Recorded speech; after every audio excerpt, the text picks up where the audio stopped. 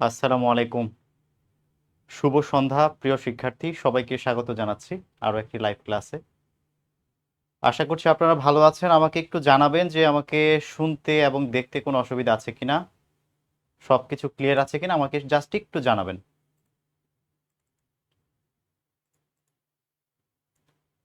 আজকে আমাদের খুবই গুরুত্বপূর্ণ ক্লাস। আমরা গতদিন যা শিখেছিলাম আজকে আমরা আরেকটু ডিপে যাওয়ার চেষ্টা করব। সেই সাথে আমরা আজকে কন্ডিশনাল সেন্টেন্স নিয়ে কথা বলবো। আপনারা দেখতে পাচ্ছেন কিনা একটু জানাবেন আমাকে কষ্ট করে। জি, অনেকে সালাম জানাচ্ছেন। জি, ওয়ালাইকুম আসসালাম। জি, আলহামদুলিল্লাহ ভালো আছি। ভালো আছি আলহামদুলিল্লাহ। আশা করছি আপনারা ভালো আছেন। সব ঠিক আছে? আমাকে একটু কনফার্ম করে দিবেন প্লিজ। গতদিন আমরা অ্যাজ ইফ অ্যাজ ডু পর্যন্ত আলোচনা করেছিলাম। আজকে আমরা কিছু জটিল বিষয় নিয়ে কথা বলবো। আসলে জটিল না, বিষয়টা হচ্ছে যে আমরা যখন হঠাৎ করে দেখি আর যারা একটু কম বুঝি তাদের কাছে কঠিন মনে হয়, কিন্তু আসলে কঠিন কিছু না। পড়াশোনা কঠিন না যদি আমরা জেনে বুঝে সুন্দরভাবে পড়ি। ওকে, ক্লিয়ার আছে। বন্যা বন্যা আপু বলছে যে ক্লিয়ার আছে। ওকে, ইমতিয়াজ ভাই বলছে অল সেট। তানজিল আপু আছে ক্লিয়ার, শোনা দেখা যাচ্ছে। আচ্ছা, ঠিক আছে। ওকে, তাহলে আমার কথা একটু মনোযোগ দিয়ে শুনেন। আগামী কয়েক মিনিট আমি যা বলছি আমি জাস্ট আপনাদেরকে একটু গুছিয়ে নেব যেন আজকের কন্ডিশনাল সেন্টেন্স একেবারে ক্লিয়ার হয়ে যেতে পারি। ঠিক আছে, শুরুর দিকে কিছু কথা আমার একটু শুনেন।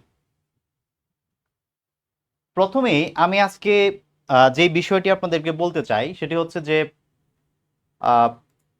বি ভার্বের একটা কাহিনী আছে। বি ভার্ব, হ্যাঁ, বি ভার্ব কোনগুলো? 8টা ভার্ব আছে, যে 8টা ভার্বকে আমরা বি ভার্ব বলি। 8টা ভার্ব আছে।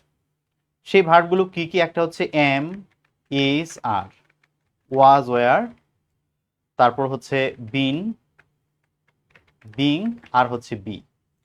এই যে আমি 8টি ভার্ব লিখলাম, এই 8টি ভার্ব হচ্ছে আমাদের বি ভার্ব। ভালো করে বোঝেন কি বলছি। এই বি ভার্বগুলোর একটি গুরুত্বপূর্ণ ব্যবহার আছে। ব্যবহারটা কি? এই বি ভার্বগুলোর পরে আমরা অনেক সময়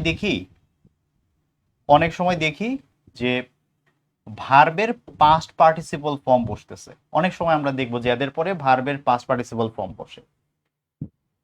যখন এদের পরে ভার্বের পাস্ট পার্টিসিপল ফর্ম বসে তখন আমাদের মধ্যে অনেকেই আছে যে এটা টেন্স চিনতে পারে না, মানে এটা কোন টেন্স চিনতে পারে না। অনেক আপনার এমসিকিউ আছে, যে এমসিকিউ গুলোতে দেখা যায় যে আমরা ক্লাসে পড়েছি যে আপনার সাবজেক্টের পরে ভার্ব ওয়ান হবে, প্রেজেন্ট ইনডিফিনিট। সাবজেক্টের পরে ভার্ব ওয়ান হবে। আমরা কালকে যখন আমরা সিন্স, অ্যাজ ইফ, অ্যাজ দোর বিষয়গুলো পড়ি তখন দেখেছি যে subject plus verb one present indefinite.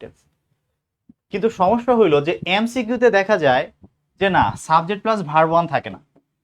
প্রশ্নের মধ্যে দেখা যায় সাবজেক্ট আছে, তারপর একটা ইজ আছে, তারপর একটা ভার্ব থ্রি আছে। তখন অনেকেই কনফিউজ যে ভাইয়া তো বলছিল সাবজেক্ট প্লাস ভার্ব ওয়ান হবে, তাহলে এখানে এই ভার্ব থ্রিটা কোত্থেকে আসলো? অনেকেই কনফিউজ হয়ে যায়। কারণ তাদের এই যে অ্যাক্টিভ প্যাসিভ ভয়েসের যে সেন্স আছে এই সেন্সটা তাদের ঠিক নাই। এই কারণে সেই প্রশ্ন দেখলে ঘাবড়ে যায় যে ক্লাসে পড়লাম একরকম, এখন তো উত্তর আরেক রকম হচ্ছে। এটি নিয়ে আপনারা একদম ভয় পাবেন না। আমি এখানে শর্ট করে বিষয়টা বুঝায় রাখতেছি যেন প্রশ্নগুলো সলভ করতে কষ্ট না হয়। আর কয়েকদিন পর কিন্তু আমি ভয়েস পড়াবো আপনাদের। যখন ভয়েস চেঞ্জ আমি পড়াবো তখন এই বিষয়গুলো একেবারে ক্লিয়ার করে দিব, একেবারে ক্লিয়ার করে দিব। বাট আপাতত শুধু ছোট্ট করে মাথার মধ্যে একটা জিনিস রেখে দেন, সেটি হচ্ছে কোনো সেন্টেন্সে যখন am, is, are, was, were, এই যে বি ভার্বগুলো আছে, এই বি ভার্বগুলোর পরে যখন ভার্ব থ্রি থাকে তখন এটি কোন টেন্স, এই টেন্স বের করার জন্য আপনি এই বি মানে ভার্ব থ্রিটা বাদ দিয়ে চিন্তা করবেন। এই ভার্ব থ্রি দরকার নাই। ধরেন লেখা আছে এরকমের যে it is done, it is done লেখা আছে। আমি দেখলাম বি ভার্বের পরে ভার্ব থ্রি আছে। এখন যদি আমাকে প্রশ্ন করে এটি কোন টেন্স, আমার এই ভার্ব থ্রি দরকার নাই। বি ভার্বের পরে ভার্ব থ্রি থাকলে ওই ভার্ব থ্রিটা পাস্ট পার্টিসিপল, ধরেন আমরা মনে করি এটা অ্যাজেটিভের কাজ করতেছে, ঠিক আছে, ধরেন এটা একটা অ্যাজেটিভ, পাস্ট পার্টিসিপল অ্যাজেটিভ, ওইটা ভার্ব না। ওইটা দিয়ে আমরা কি করব না, আমরা টেন্স নির্ণয় করবো না, আমরা টেন্স নির্ণয় করবো শুধু এতটুকুর মধ্যে।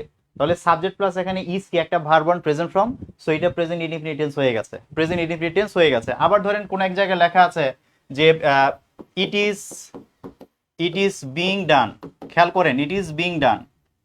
এখন যদি আমাকে প্রশ্ন করে যে এটি কোন টেন্স, আপনি দেখেন এখানে ভার্ব 3 আছে, বি ভার্বের পরে ভার্ব 3 আছে, তাহলে টেন্স নির্ণয়ের ক্ষেত্রে আমার এই ডানের কোনো প্রয়োজন নাই, আমি ডান নিয়ে চিন্তাই করব না।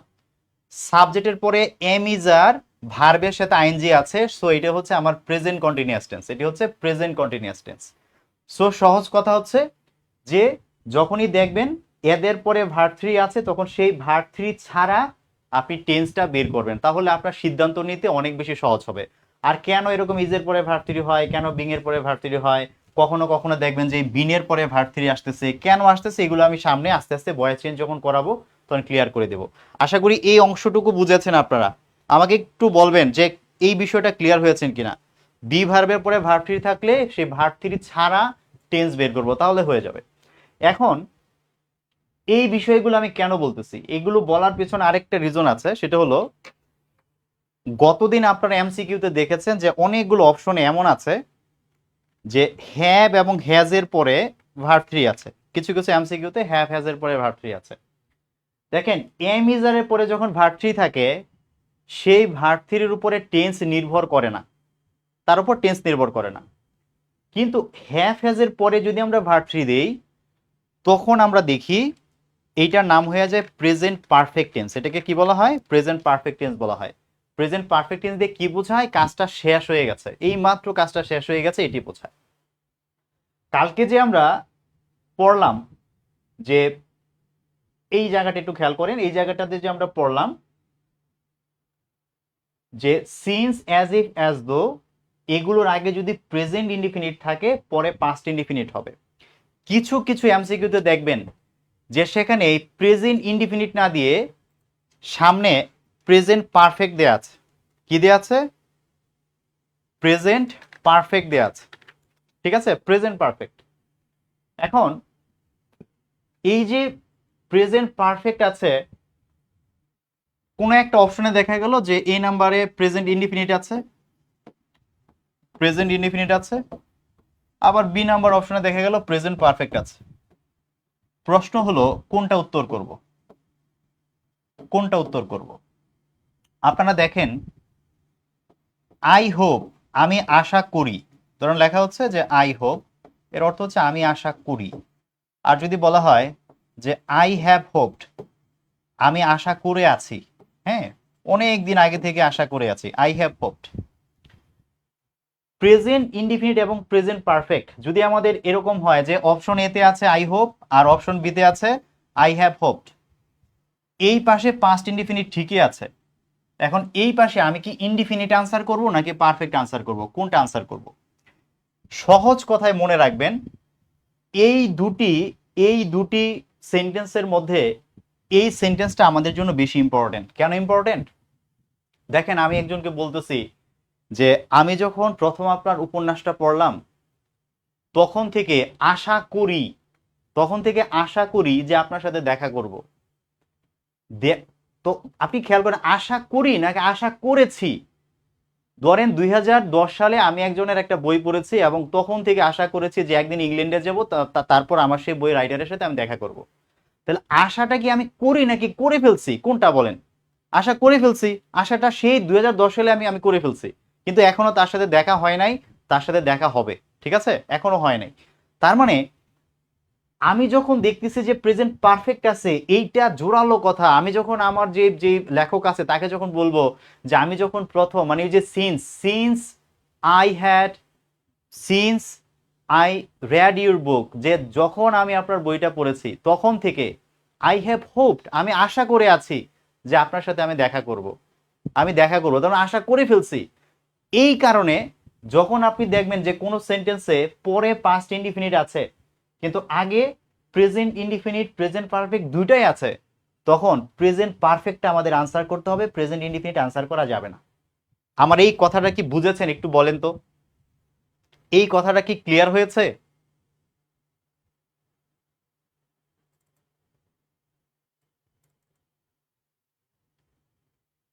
বুঝতে বুঝতে পারছেন কিনা একটু বলেন প্লিজ, হ্যাঁ? কারণ যদি ক্লিয়ার না হন সামনে মজা পাবো না। আমার কথা হচ্ছে যে রুল মুখস্থ না করে সামনের দিকে যাব এবং আমরা চেষ্টা করব যেন একেবারে ক্লিয়ারলি উত্তর করতে পারি, যেন কোনো ঝামেলা না হয়।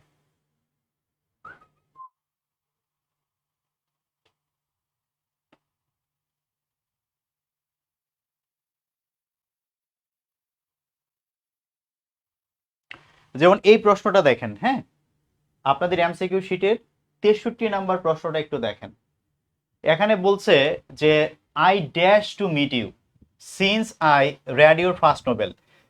এই প্রশ্নটা একটু ভালো করে বোঝেন ভাই, একটু ভালো করে বোঝেন, এই প্রশ্নটা একটু ভালো করে বোঝেন। এরপর আমি অন্য পড়ায় চলে যাব। দেখেন এই যে রিড যে ভার্বটা আছে, রিড, এটার পাস্ট ফর্ম হচ্ছে রেড, এটার পাস্ট পার্টিসিপল হচ্ছে রেড, হ্যাঁ, স্পেলিং সেম বাট প্রনাউন্সিয়েশন আলাদা। এখন আমি দেখতেছি এখানে সিন্স আছে, সিন্স আছে, তো এইটাকে আমি এখন কি ধরবো? এইটাকে কি আমি এখন প্রেজেন্ট ধরবো নাকি পাস্ট ধরবো, কোনটা ধরবো? আমরা কি শিখেছি? সিন্সের পরে পাস্ট ইনডিফিনিট থাকলে আগে প্রেজেন্ট ইনডিফিনিট বা প্রেজেন্ট পারফেক্ট। সিন্সের পরে যদি পাস্ট ইনডিফিনিট থাকে, যদি এখানে হ্যাড প্লাস হচ্ছে ভার্ব 3 থাকতো, তাহলে আমরা এখানে ভার্ব 2 লিখতাম। তাহলে এখানে দুইটা সুযোগ আছে, এখানে হয় ভার্ব 2 থাকতে পারবে পাস্ট ইনডিফিনিট, অথবা হ্যাড প্লাস ভার্ব 3, দুইটার যে কোনো একটা থাকবে। তো এখানে যেহেতু হ্যাড প্লাস ভার্ব 3 নাই, তার মানে আমি শিওর যে আমার এখানে যে রেড দিয়েছে এটা আসলে ভার্ব 2, এটা কি ভার্ব 2। সো এই জায়গাতে আমাকে এখন হয় subject plus verb 1 present indefinite লিখতে হবে, অথবা subject plus had plus, sorry, subject plus have অথবা হ্যাজ প্লাস হচ্ছে ভার্ব 3 লিখতে হবে প্রেজেন্ট পারফেক্ট, দুইটার যে কোনো একটা লিখবো। এখন ভাইয়া কোনটা লিখবো? আপনি অপশনে দেখেন প্রেজেন্ট কন্টিনিউয়াস আছে, এম হোপিং, এটা হবে না। এখানে হ্যাভ বিন হোপিং আছে, প্রেজেন্ট পারফেক্ট কন্টিনিউয়াস আছে, এটাও হবে না। তাহলে অপশনে আমার সুযোগ আছে দুইটা, একটা হচ্ছে হ্যাভ হোপড আছে আর একটা হচ্ছে শুধু হোপ আছে। এইটা দিলে প্রেজেন্ট ইনডিফিনিট হবে, এটা দিলে প্রেজেন্ট পারফেক্ট হবে। আমি কোনটা দাগাবো? যখন দেখবো প্রেজেন্ট ইনডিফিনিটও আছে প্রেজেন্ট পারফেক্টও আছে, তখন প্রেজেন্ট পারফেক্ট দাগাবো। কারণ আমি বলছি যে I have hope to meet you, যে আপনার সাথে দেখা করার আমি আশা করেছি since I read your first novel, যখন আমি আপনার প্রথম নোবেলটা পড়েছি। যখন প্রথম নোবেলটা পড়েছিলাম তখন থেকে আশা করেছি যে আপনার সাথে দেখা করব। কারণ আশা করা হয়ে গেছে ভাই, অনেক আগেই করে ফেলছি, এই কারণে প্রেজেন্ট পারফেক্ট টেন্স। আমার কথা কি ক্লিয়ার আছেন? জি তামান্না আপু, আমি কিন্তু আবার বলেছি, এখন ক্লিয়ার আছেন? কথা বোঝা গেছে কিনা একটু বলবেন প্লিজ, কোনো কনফিউশন রাখতে চাই না। আমি আরেকটা প্রশ্ন নিয়ে একটু কথা বলবো, সেটা হচ্ছে 75 নাম্বার এই প্রশ্নটি নিয়ে। এটি অনেকেরই ঝামেলা হবে। ঝামেলাটা হচ্ছে এখানে কোথায় সাবজেক্টের পরে ভার্ব 2 আছে, সাবজেক্টের পরে ভার্ব 2 আছে। তো নিয়ম অনুযায়ী আমরা জানি যে এই পাশে যদি সাবজেক্ট প্লাস ভার্ব 2 হয়, এখানে প্রেজেন্ট ইনডিফিনিট মানে এখানে ভার্ব 1 হওয়ার কথা, অথবা প্রেজেন্ট পারফেক্ট, সেই হিসাবে এখানে হ্যাজ হ্যাভ প্লাস হচ্ছে ভার্ব 3 হওয়ার কথা। দুইটার যে কোনো একটা হবে, তাই না? দুইটার যে কোনো একটা হবে, হয় এখানে প্রেজেন্ট ইনডিফিনিট ভার্ব 1 হবে, অথবা হ্যাভ হ্যাজ প্লাস ভার্ব 3 হবে, দুইটার যে কোনো একটা। কিন্তু আমাদের উত্তরে দেয়া আছে হ্যাড বিন, উত্তরে দেয়া আছে হ্যাড বিন। কেন? অনেকে আমাকে ইনবক্সে নক করেছে, ভাইয়া হ্যাড বিন কেন হয়েছে? ভাইয়া এটার পাশে দেখেন, এটা ইউনিভার্সিটি অ্যাডমিশন টেস্টে আসা একটা প্রশ্ন, এবং লেখা আছে টেক্সট বুক। টেক্সট বুক কেন লেখা আছে জানেন? কারণ এইচএসসি পরীক্ষাতে মানে এইচএসসির যে টেক্সট বইটা আছে সেই টেক্সট বইয়ের মধ্যে আমরা জেরিকিন একটা গল্প পড়েছিলাম, ঠিক আছে? জেরিকিন একটা গল্প পড়েছিলাম, সেই গল্পের মধ্যে যিনি লেখক, যিনি গল্পটা লিখেছেন, তিনি এখানে হ্যাড বিন ব্যবহার করেছেন। তিনি এখানে কি ব্যবহার করেছেন? হ্যাড বিন ব্যবহার করেছেন। লেখক তার টেক্সট বইয়ে যেটা লিখছে ওইটাই আনসার। সে যেই কারণে যেভাবে লিখছে টেক্সট বইয়ে যা আছে, আমরা যখন অ্যাডমিশন টেস্টে আনসার করি হুবহু সেটাই উত্তর করতে হয়।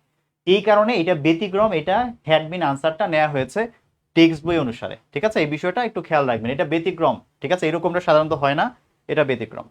ওকে, আশা করছি এই পর্যন্ত ক্লিয়ার আপনারা। চলেন তাহলে আমরা কন্ডিশনাল সেন্টেন্সে চলে যাই। কন্ডিশনাল সেন্টেন্স পড়ানোর আগে কয়েকটা কথা বলবো। আপনি যদি এই কথাগুলো শোনেন, কন্ডিশনাল সেন্টেন্সের স্ট্রাকচার জীবনে আপনাকে মুখস্থ করতে হবে না, কোনোদিন মুখস্থ করা লাগবে না, শুধু দেখবেন আর দাগাবেন। ট্রাস্ট মি, শুধু একটু সময় দিয়ে বুঝতে হবে আমি কি বলছি। দেখেন, আমরা সাধারণত যেই ভার্বগুলো পড়ি, আমরা সাধারণত ভার্বের 3টা ফর্ম পড়ে অভ্যস্ত। একটা হচ্ছে প্রেজেন্ট ফর্ম, আমরা যেটাকে ভার্ব 1 বলি। একটা হচ্ছে ভার্ব 2, যেটা পাস্ট ইনডিফিনিট। আর একটা হচ্ছে ভার্ব 3, যেটাকে আমরা পাস্ট পার্টিসিপল বলি, তাই না? প্রেজেন্ট ইনডিফিনিট এটা ব্যবহার করি, পাস্ট ইনডিফিনিট এটা ব্যবহার করি, আর এটা পারফেক্ট টেন্সে আমাদের ব্যবহার করতে হয়, ভার্ব 1, ভার্ব 2, ভার্ব 3।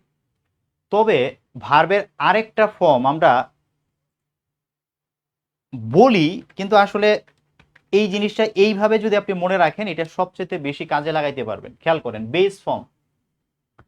আমরা আলাদা করে বেস ফর্মটা পড়ি না, আসলে পড়ার দরকার হয় না। কেন দরকার হয় না? কারণ বেস ফর্ম এবং ভার্ব 1 আসলে একই। আমরা তো এই ভার্বটা সবাই চিনি, গো, এটার বেস ফর্মও গো, ভার্ব 1ও গো, ভার্ব 2 হচ্ছে ওয়েন্ট, আর ভার্ব 3 হচ্ছে গন। ঠিক আছে? তো আমরা এখানে কি দেখতে পাচ্ছি? আমরা দেখতে পাচ্ছি যে বেস ফর্ম এবং ভার্ব 1 আসলে সেম, কোনো ডিফারেন্স নাই। যেহেতু এই ডিফারেন্স নাই, এই কারণে এই বেস ফর্ম আমরা আলাদা করে পড়ি না। আমরা শুধু ভার্ব 1টাই জানি, আমরা আলাদা করে পড়ি না, দরকারও হয় না। তবে দুটি স্পেশাল ভার্ব আছে, এদের বেস ফর্ম আমাদের জানতেই হবে। দুটি ভার্ব স্পেশাল, সেই দুটি ভার্ব কে কে? একটা ভার্ব হচ্ছে বি। মনে রাখবেন, বি একটি বেস ফর্ম। প্রেজেন্ট ফর্মে আমরা এটাকে লিখতে পারি এম, ইজ, আর, যে কোনোটা আপনার যেটা ইচ্ছা আপনি লিখতে পারবেন, এম, ইজ, আর। তিনটাই ভার্ব 1। আমরা ভার্ব 2 হিসেবে ব্যবহার করি ওয়াজ, ওয়ার। ভার্ব 3 হিসেবে ব্যবহার করি বিন। খেয়াল করেন কথা। তাহলে M, is, are, was, war, বিন। আমাকে যদি প্রশ্ন করে এম, ইজ, আর কি, আমি কখন এটাকে বেস ফর্ম বলতে পারবো না। আমি এটাকে বলবো যেটা ভার্ব 1 প্রেজেন্ট ফর্ম, এটি পাস্ট ফর্ম, ওটি পাস্ট পার্টিসিপল ফর্ম। একমাত্র এই বি কে বলতে পারবো এটা হচ্ছে বেস ফর্ম। মনে রাখবেন, এটা হচ্ছে বেস ফর্ম। সো যদি আপনাকে জিজ্ঞেস করি যে এম, ইজ, আর এর বেস ফর্ম কি বি, ওয়াজ, ওয়ার এর বেস ফর্ম কি বি, বিনের বেস ফর্ম কি বি, এক কথায় মনে রাখতে হবে যে এগুলোর বেস ফর্ম হচ্ছে বি। আরেকটি ভার্ব হলো ভাই, আরেকটি ভার্ব হলো হ্যাভ। দেখেন, হ্যাভ একটি বেস ফর্ম। প্রেজেন্ট হিসাবে আপনি হ্যাভও ব্যবহার করতে পারেন, হ্যাজও ব্যবহার করতে পারেন, সমস্যা নেই। পাস্ট হিসাবে হ্যাড, পাস্ট পার্টিসিপল হিসাবে হ্যাড। ঠিক আছে? তাহলে have, has, verb 1, had verb 2, had verb 3। Have হচ্ছে বেস ফর্ম। এই দুটি জিনিস ভালো করে খেয়াল করে রাখেন, বি এবং হ্যাভ, এই দুটি শুধুমাত্র বেস ফর্ম। এখন এই বেস ফর্ম কেন জানতে হয়? জানার পিছনে অনেকগুলো রিজন আছে। একটা রিজন শোনেন, 2 এর পরে আমাদের ভার্বের বেস ফর্ম লিখতে হয়। আমরা ভার্বের বেস ফর্ম লিখি 2 এর পরে। সো কখনোই আমরা 2 এর পরে হ্যাড লিখতে পারবো না। আমি যদি লিখি যে টু হ্যাড, হবে না। কেন হবে না? কারণ 2 এর পরে বেস ফর্ম লাগবে, হ্যাড বেস ফর্ম না। হ্যাড এর বেস ফর্ম হচ্ছে হ্যাভ। সো ভাই আমি হ্যাভ লিখতে পারবো, টু হ্যাভ, এটি ঠিক আছে। যত মোডাল অক্সিলারি আছে, যত মোডাল অক্সিলারি আছে, এই মোডাল অক্সিলারির পরে ভার্বের বেস ফর্ম বসে। কথাটা খেয়াল করবেন, এইটাই কিন্তু আমাদের একটু পর লাগবে। মোডালের পরে ভার্বের বেস ফর্ম বসে। সো আমি শ্যালের পরে আমি বি লিখতে পারবো, কিন্তু শ্যালের পরে বিন লেখা পসিবল না, কারণ বিন কোনো বেস ফর্ম না। আমি বিন লিখতে পারবো না। আমি উইলের পরে কখনো হ্যাড লিখতে পারবো না, কারণ হ্যাড বেস ফর্ম না। উইলের পরে যদি লিখতে হয় আমাকে বেস ফর্ম হ্যাভ লিখতে হবে, হ্যাভ। কথা বুঝতে পেরেছেন? সো 2 এর পরে আপনি বি লিখতে পারবেন, হ্যাভ লিখতে পারবেন, এগুলোর কোনোটাই লিখতে পারবেন না। যখন আপনি মোডাল লিখতেছেন তখন আপনি মোডালের পরে উইল বি লেখা যাবে, উইল বিন লেখা যাবে না, উইল বিং লেখা যাবে না। লিখলে উইল বি লিখতে হবে, উইল হ্যাভ লিখতে হবে। ঠিক আছে? দুইটা পয়েন্ট। আরেকটা পয়েন্ট হচ্ছে আমরা মনে রাখবো, সেটি হচ্ছে যখন আমরা আইএনজি যুক্ত করি, তখন শুধুমাত্র আমরা এই বেস ফর্মের সাথে আইএনজি যুক্ত করি। আমাকে যদি কেউ বলে যে হ্যাজের সাথে আইএনজি করে হ্যাজিং লিখো, আমি বলবো ভাইয়া পসিবল না, হ্যাজের সাথে আইএনজি যোগ করা যায় না। আমাকে যদি কেউ বলেও যে এই হ্যাজের সাথে আইএনজি যোগ করো, আমি বলবো এটা পসিবল না। প্রথমে হ্যাজকে আমি বেস ফর্ম বানাবো হ্যাভ, তারপর হ্যাভের সাথে আমি আইএনজি যোগ করব, হ্যাভের সাথে আইএনজি যোগ করব। যদি কেউ বলে যে তুমি বিনের সাথে আইএনজি যোগ করো, বলবো ভাইয়া পসিবল না। প্রথমে এই বিনের বেস ফর্ম কি, বেস ফর্ম হচ্ছে বি, সো বিনটাকে আগে বেস ফর্ম করব, তারপর কি করব, আইএনজি যোগ করব। ওকে, তাহলে কয়টা বিষয় শিখলাম বলেন তো? এখানে শিখলাম যে আমাদের বেস ফর্ম হচ্ছে বি আর হ্যাভ, আর এখানে তিনটা গুরুত্বপূর্ণ কথা বলেছি। টু এর পরে বেস ফর্ম, সো টু এর পরে বি লেখা যাবে, হ্যাভ লেখা যাবে, বাকিগুলি লেখা যাবে না। মোডালের পরে হ্যাভ লেখা যাবে, বি লেখা যাবে, বাকিগুলো লেখা যাবে না। ওকে, আর শিখলাম আইএনজি যোগ করার সময় বি এর সাথে করা যাবে, হ্যাভ এর সাথে করা যাবে। এই বিষয়গুলো জানলে অনেক এমসিকিউ আপনি দেখেই বুঝে ফেলবেন যে অপশনটা ভুল আছে, কারণ অপশনের পরে এগুলো ভুল থাকে, আমি দেখাবো অনেক ভুল থাকে। আপনি এই বিষয়গুলো মানে খেয়াল রাখলে দেখবেন দুইটা তিনটা অপশন আপনি ইলিমিনেশন বাদ দিয়ে দিতে পারতেছেন, যে এইটা ভুল আছে, এটা ভুল আছে, এটা হবে না আনসার। এইভাবে অনেক আনসার আমরা খুঁজে পাবো। ঠিক আছে, কথা ক্লিয়ার? ঠিক আছে, এইবার চলেন তাহলে আমরা এতটুকু যদি ক্লিয়ার থাকি, আমরা তাহলে এবার কন্ডিশনাল পড়া শুরু করি। দেখেন এইবার আমরা কন্ডিশনাল কিভাবে পারি।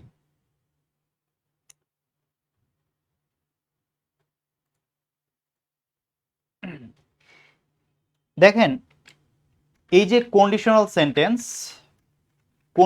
সেন্টেন্স মানে হচ্ছে শর্তমূলক বাক্য। কন্ডিশন মানে হচ্ছে শর্ত, সেখান থেকে কন্ডিশনাল, কন্ডিশন হচ্ছে নাউন আর কন্ডিশনাল অ্যাডজেক্টিভ। তো সেই শর্তমূলক বাক্যে আমরা সাধারণত ইফ ব্যবহার করি, ইফ দিয়ে আমরা সাধারণত শর্ত দিই, যদিও শর্ত দেওয়ার জন্য আরো কিছু শব্দ আছে, যেমন আনলেস আছে, ইন কেস আছে, আমরা এগুলো পরে দেখব। আপাতত ইফ এর বিষয়টা ভালো করে বুঝলে বাকিগুলো সহজে বুঝাই ফেলতে পারবো। দেখেন এই কন্ডিশনাল সেন্টেন্স হচ্ছে চার প্রকার, আমরা চার প্রকারের কন্ডিশনাল সেন্টেন্স আমরা পাই। কি কি আছে? সহজ করে বললে একটাকে বলি আমরা জিরো কন্ডিশনাল, এইটা পরীক্ষায় সবচেয়ে কম আসে, বিসিএস অনেকবার আসছে।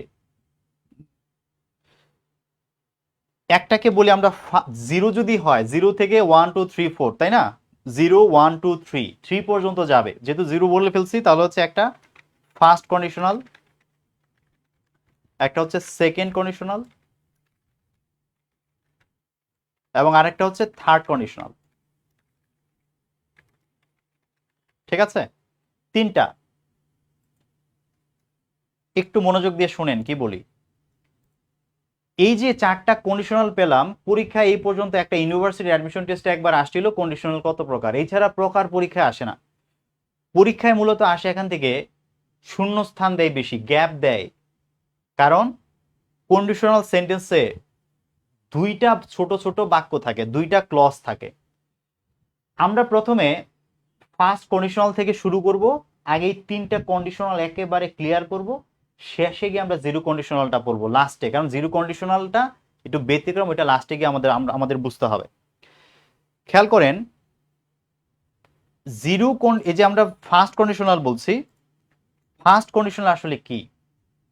এইটার আরেকটা নাম আছে, এটাকে বলা হয় প্রেজেন্ট কন্ডিশনাল। এই নাম টামগুলো ইম্পর্টেন্ট না, মিনিংটা বুঝতে হবে ভালো করে কি বলা হচ্ছে। ফার্স্ট কন্ডিশনাল বা প্রেজেন্ট কন্ডিশনাল, এখানে কাহিনীটা কি? কাহিনীটা হচ্ছে যে ইফের পরে সাধারণত একটা প্রেজেন্ট ইনডিফিনিট টেন্স থাকবে, প্রেজেন্ট ইনডিফিনিট টেন্স থাকবে, এবং তার পরের অংশে খেয়াল করেন, তার পরের অংশে কি থাকবে? তার পরের অংশে একটা ফিউচার ইনডিফিনিটের বাক্য থাকবে, ফিউচার ইনডিফিনিট। এখন এই কথাটুক বললে আসলে পুরো জিনিসটা বোঝা যায় না, এটার স্ট্রাকচার দেখতে হবে আমাদেরকে। একটু শুনেন, এখানে বলেছি প্রেজেন্ট ইনডিফিনিট, যেহেতু ইফ এর পরে প্রেজেন্ট ইনডিফিনিট বসে, এই জন্য এই কন্ডিশনালের আরেকটা নাম হচ্ছে, এটাকে প্রেজেন্ট কন্ডিশনাল বলা হয়। ইফ এর পরে প্রেজেন্ট টেন্স থাকে বলে প্রেজেন্ট কন্ডিশনাল।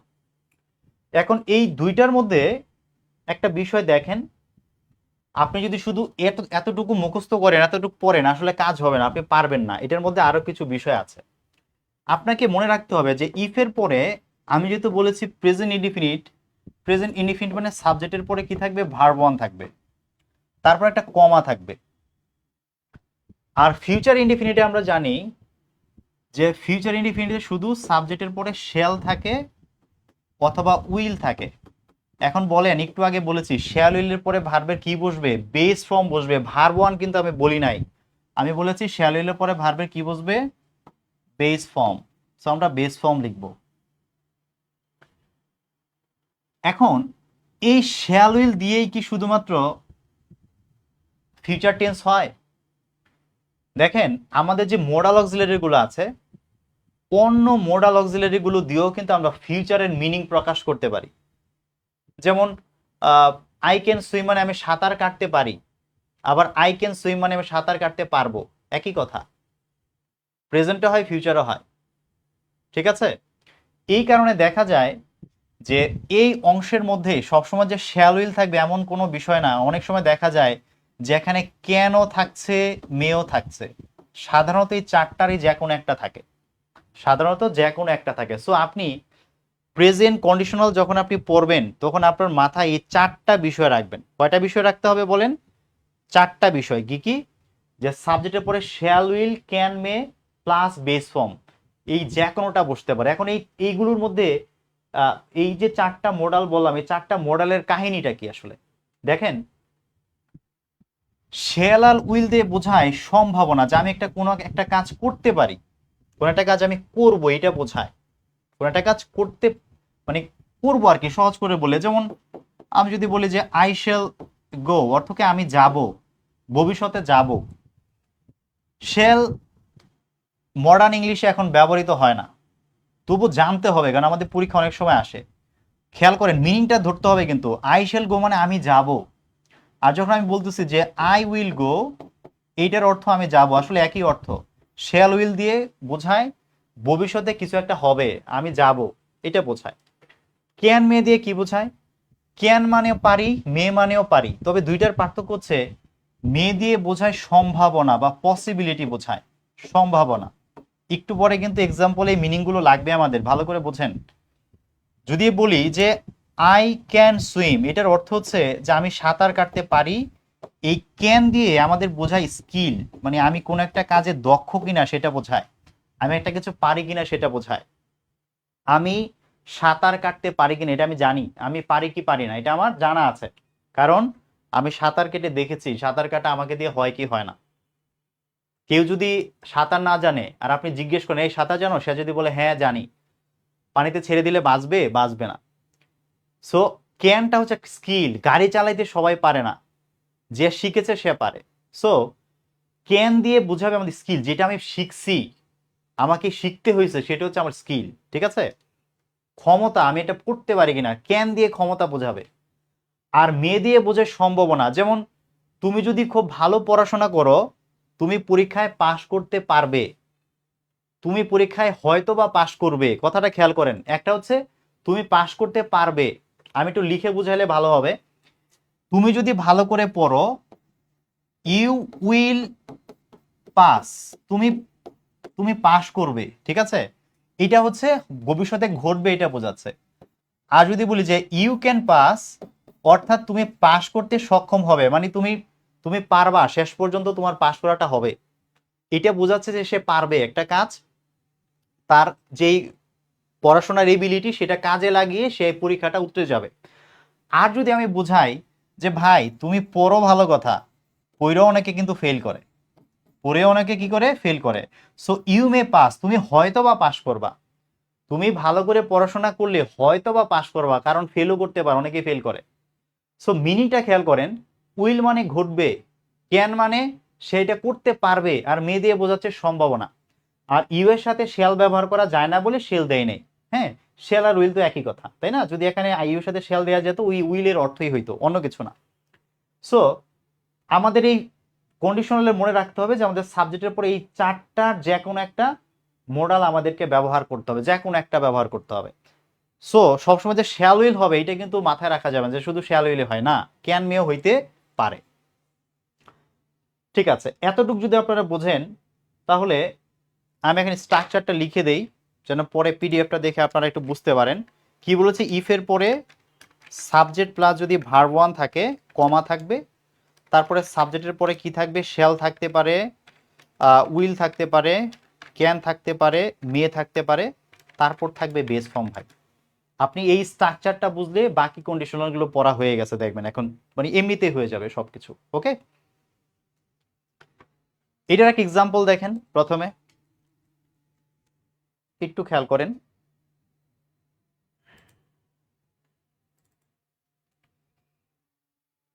একটা মিনিট একটু সময় দিবেন আমাকে।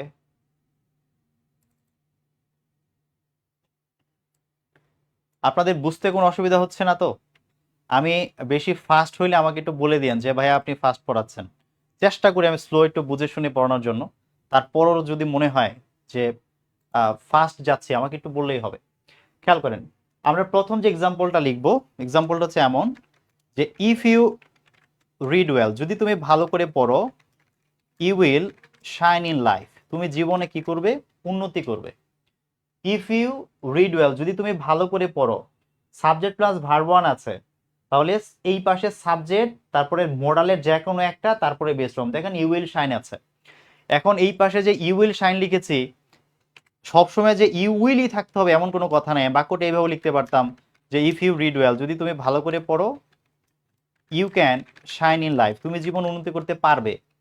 আবার যদি বলি যে না, আমি কি করব, ইফ ইউ রিড ওয়েল, যদি তুমি ভালো করে পড়ো, you may shine in life, তুমি হয়তোবা জীবনে ভালো করতে পারবা, হয়তোবা জীবন উন্নতি করতে পারবা। সো আমি উইল, ক্যান, মে যে কোনোটাই বলতে পারি।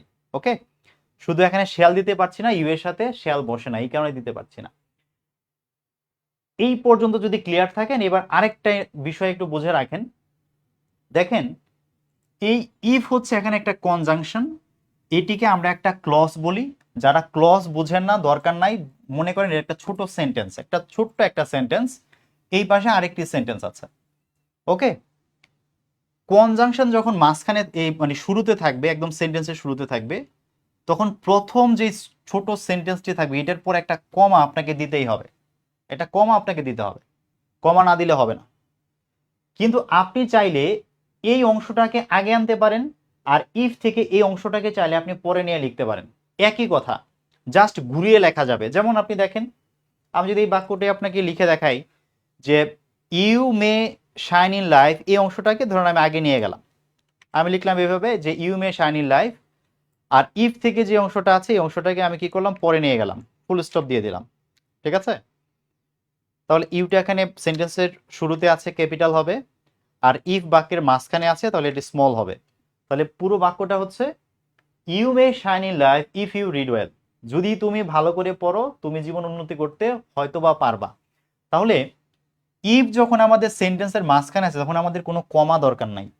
কিন্তু ওই যে শর্ত যেটা ছিল, ইফের সাথেরটা প্রেজেন্ট হইতে হবে আর অন্যটা ফিউচার হইতে হবে, সেই শর্ত কিন্তু পূরণ করতে হবে, সেই শর্ত পূরণ করতে হবে। সো পরীক্ষাতে ইফ কোথায় আছে এটা আগে দেখতে হবে, এটাকে দেখতে হবে ইফ কোথায় আছে। ইফের সাথেরটা প্রেজেন্ট আর অন্যটা ফিউচার, ইফের সাথেরটা প্রেজেন্ট, অন্যটা কি হবে, ফিউচার হবে। কথা ক্লিয়ার আছি আমরা?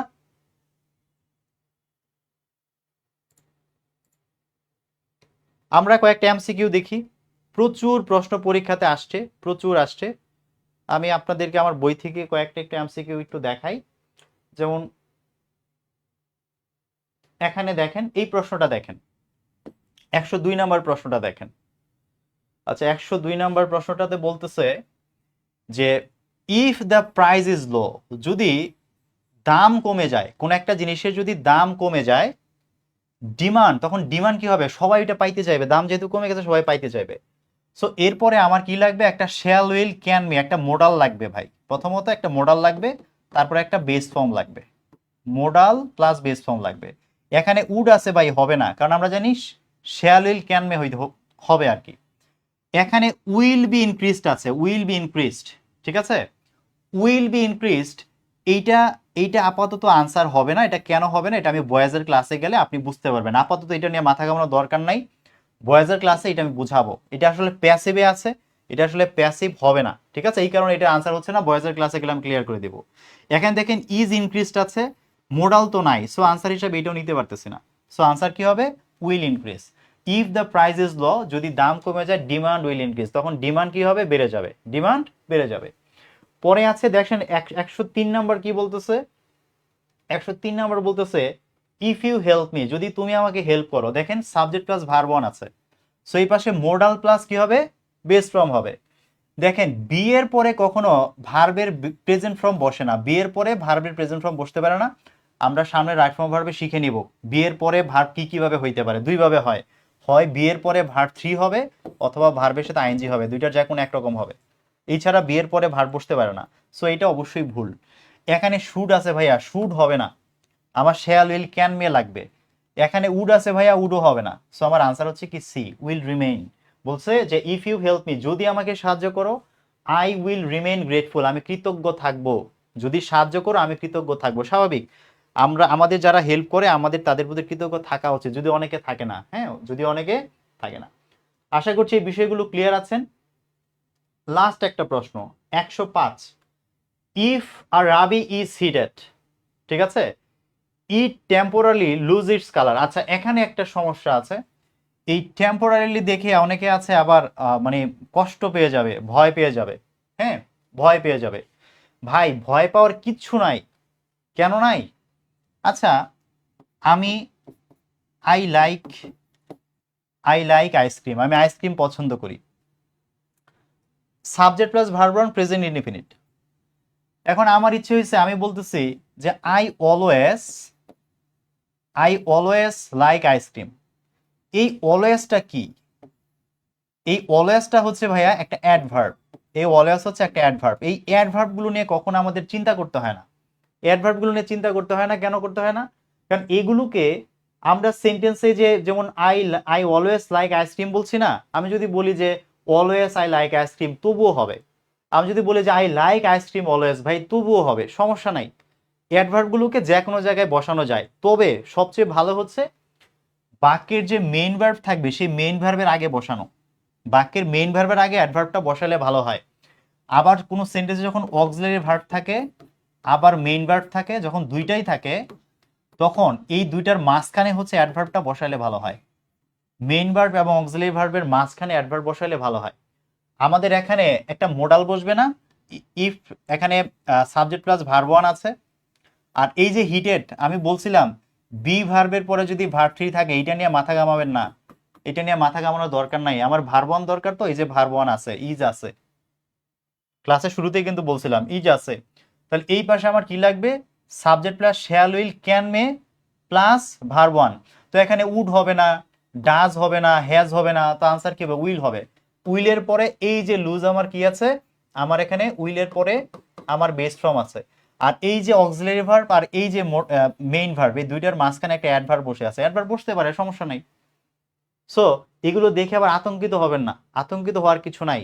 একটু আগে পরে থাকতে পারে এরকম, এই যে দেখে রাখলেন, পরীক্ষার সময় যদি এরকম প্রশ্ন হয় একটু চোখ কান খোলা রেখে উত্তর করবেন, তাহলেই হয়ে যাবে ইনশাআল্লাহ।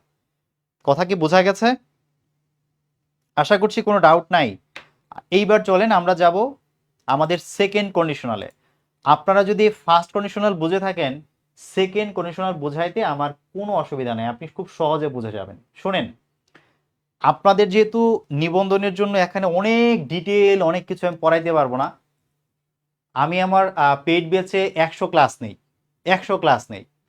আপনাদের নিবন্ধনের সিলেবাসটা আমরা শেষ করব হয়তো 15-20টা ক্লাসের মধ্যে। তো এখানে আমি একদম অনেক ডিটেল পর্যন্ত যাইতে পারবো না।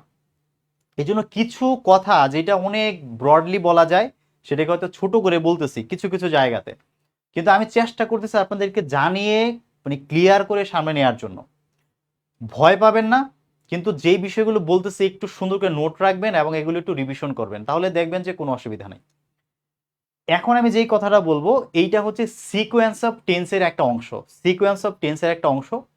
বাট সিকোয়েন্স অফ টেন্সের যে বিষয়টা আছে ওইটা নিয়ে অনেক বিস্তারিত আলোচনা করা যাবে, পুরো একটা ক্লাসই লাগে এটার উপরে। কিন্তু আমি ছোট্ট করে বিষয়টা বলতেছি, মানে সিনোসিসটা কি, মানে এই সিকোয়েন্স অফ টেন্সের মূল কাহিনীটা কি। মূল কাহিনীটা হইতেছে এই যে আমরা দুইটা বাক্য লিখি না, এই যে এখানে দেখেন, এই যে এই এই এই স্ট্রাকচারটা তো আমরা অলরেডি শিখে গেছি, এটা আমরা কিন্তু অলরেডি শিখে গেছি, একটু খেয়াল করেন।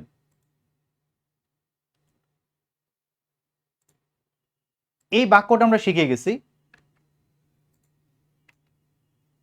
এইটা আমি আপাতত যদি একটু ভালো করে খেয়াল করি, ধরেন আমার এখানে ভার্ব ওয়ান থাকার কথা ছিল, ভার্ব ওয়ান থাকার কথা ছিল। এখন আমাকে আমাদের সেকেন্ড কন্ডিশনালে, আমাদের যে সেকেন্ড কন্ডিশনাল, এই সেকেন্ড কন্ডিশনালটা হয় কিভাবে একটু দেখেন।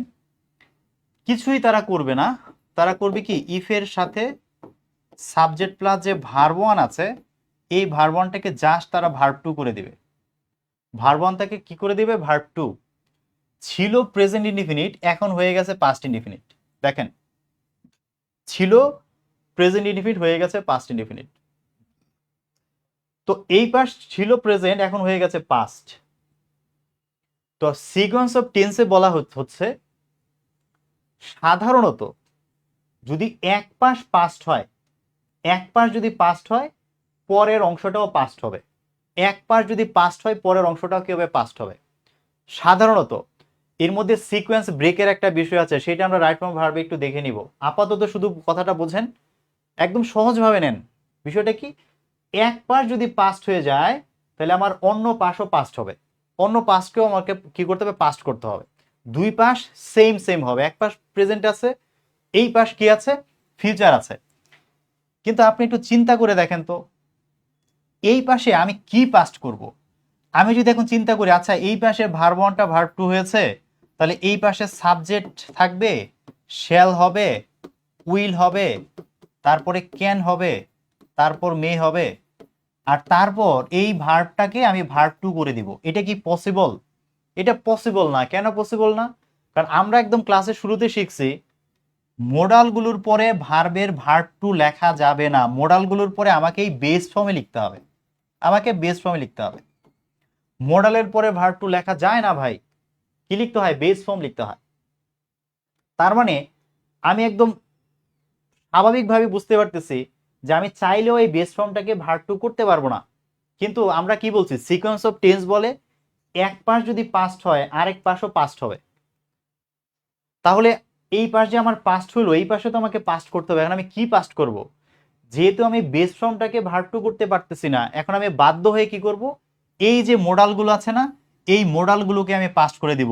এই শ্যালটাকে আমি করে দিব শুড, আমি এই উইলটাকে করে দিব উড, আমি এই ক্যানটাকে করে দিব কুড, আমি এই মেটাকে করে দিব মাইট, আর এদের পর আমার কি বসবে, বেস ফর্ম বসবে। তাহলে সহজ কথা দেখেন, যখন আমার ভার্ব ওয়ান আছে তখন এই মোডালগুলোর ভার্ব ওয়ান বসতেছে, আর মোডালের পরে তো বেস ফর্ম যেটা থাকার সেটা থাকবেই স্বাভাবিক। এই পাশ যখন ভার্ব ওয়ান তখন মোডালগুলো কি হবে, ভার্ব ওয়ানে থাকবে। আর এই পাশ যখন আমার ভার্ব টু তখন এই মোডালগুলো আমার ভার্ব টু হয়ে যাবে, কারণ বেস ফর্মকে আমি চেঞ্জ করতে পারতেছি না, এই জন্য মোডালগুলোকে আমি জাস্ট চেঞ্জ করে দিতেছি। তাহলে দেখেন, আপনি যদি এই প্রথম যেই স্ট্রাকচার আছে যদি এইটা যদি মনে রাখেন, এটা এমনিতেই মনে থাকতেছে ভাই। শুধু পরীক্ষার সময় তাকাবেন যে এখানে ভার্ব ওয়ান আছে কিনা, ভার্ব ওয়ান থাকলে এই পাশে shall will can May, base ফর্মের জায়গায় বেস ফর্ম, ওইটা আমার মাথায় আছে। এখানে যদি ভার্ব টু থাকে ভাই কোনো চিন্তা নাই, বেস ফর্মের জায়গায় বেস ফর্ম থাকবে, শুধু মোডালগুলোকে আমি পাস করে দেবো, এটা আমার কাজ, আর কিচ্ছু না। বলেন, কোনো কিছু মুখস্থ করা লাগে স্ট্রাকচার? এমনি প্রশ্নে তাকাইলে আমরা এখন বুঝবো না? বলেন, আমার কথা ক্লিয়ার আছেন বলেন তো?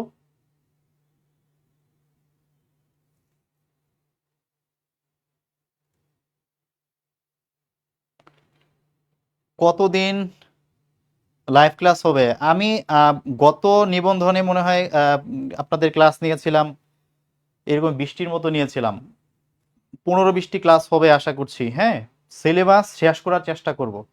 আর সার্কুলার যেহেতু এখনো দেয়নি, আমাদের হাতে টাইম আছে, সো ভয় পাওয়ার কিছু নাই, শেষ করব আমরা। হ্যাঁ, আচ্ছা পিডিএফ ভাই, পিডিএফ হচ্ছে আপনাদেরকে তো পিডিএফ এর জন্য আমি হচ্ছে গুগল ড্রাইভে লিঙ্ক দিয়েছিলাম। হ্যাঁ, সরি সরি, আমি টেলিগ্রাম গ্রুপে লিঙ্ক দিয়েছিলাম। তবে কেউ কেউ হোয়াটসঅ্যাপ গ্রুপের লিঙ্ক চেয়েছিলেন, আমি হোয়াটসঅ্যাপ গ্রুপের লিঙ্ক দেই নাই। কারণ হোয়াটসঅ্যাপে হয় কি, ধরেন এখন একজন অ্যাড হইলো, আমি একটা পিডিএফ দিয়েছি, একটু পরে আরেকজন অ্যাড হবে, সে কিন্তু আগের হোয়াটসঅ্যাপের মেসেজ দেখা যাবে না, সে কিন্তু ওই গ্রুপের আগের মেসেজ দেখতে পারবে না। তখন সে বলবে কি, ভাইয়া হোয়াটসঅ্যাপে আবার শিটটা দেন। তো এইটা একটা ঝামেলা। হ্যাঁ, কিন্তু টেলিগ্রামে আপনারা যে যখনই জয়েন করবেন, যখনই জয়েন করেন আপনি টেলিগ্রামের শিটটা কি করবেন, সবসময় আপনি পাবেন। হ্যাঁ, এই কারণে আপনাদেরকে টেলিগ্রাম গ্রুপের লিঙ্ক দিয়েছি, আপনারা টেলিগ্রাম গ্রুপ থেকে হচ্ছে শিটটা নিয়ে নেন। যারা এখনো টেলিগ্রাম গ্রুপে যুক্ত হতে পারেন নাই, দেখেন আমি কমেন্টে কমেন্টে এই মাত্র টেলিগ্রাম গ্রুপের লিঙ্কটা দিয়ে দিছে, এই মাত্র আমি কি করছি, কমেন্টে টেলিগ্রাম গ্রুপের লিঙ্কটা দিলাম, ওখান থেকে গ্রুপটাতে অ্যাড হয়ে যান। ওখানে গত ক্লাসের পিডিএফও দেওয়া আছে এমসিকিউ শিট সহ, আজকেরটা আমি গ্রুপে দিয়ে দিব, ঠিক আছে?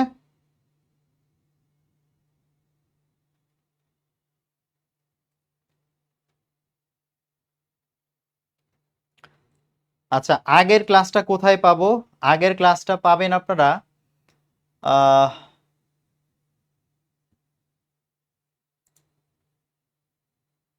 আচ্ছা, আগের ক্লাসটা আমি আপনাদেরকে একটু দেখাই দিচ্ছি কোথায় পাবেন।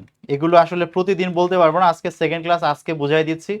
এরপর থেকে যদি কেউ এগুলো আবার জিজ্ঞেস করে তাহলে কিন্তু তারে আসলে এগুলো বলে দিতে পারবো না। হ্যাঁ, আপনারা দেখেন, আপনারা কোথায় পাবেন আমি ছোট্ট করে একটু দেখাই।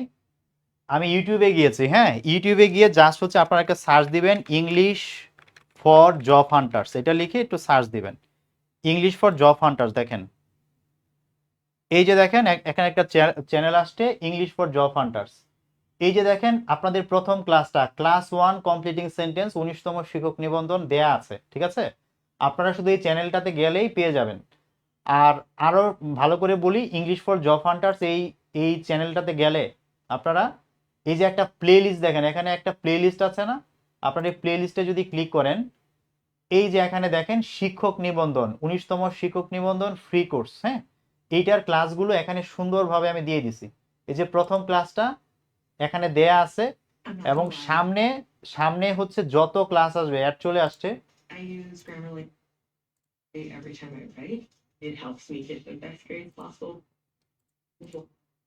দেখেন এই প্রথম ক্লাসটা দেয়া আছে, এবং যতগুলো ক্লাস আসবে আমি এই প্লে লিস্টে সবগুলো অ্যাড করে দেবো। এখানে যেরকম যে ক্লাস 1 2 আজ আজকের ক্লাস 4 আমি অ্যাড করে দেবো। সো আপনারা যারা রেকর্ড ক্লাস দেখতে চান তারা সবাই ইউটিউবে এখানে গিয়ে ক্লাসগুলো দেখবেন, ঠিক আছে? আশা করছি এই বিষয়ে আপনাদের আর কোনো প্রশ্ন থাকবে না। চলেন আমরা যেখানে ছিলাম, তাহলে এখানে আমরা যেটা শিখলাম, আমাদের সেকেন্ড কন্ডিশনাল,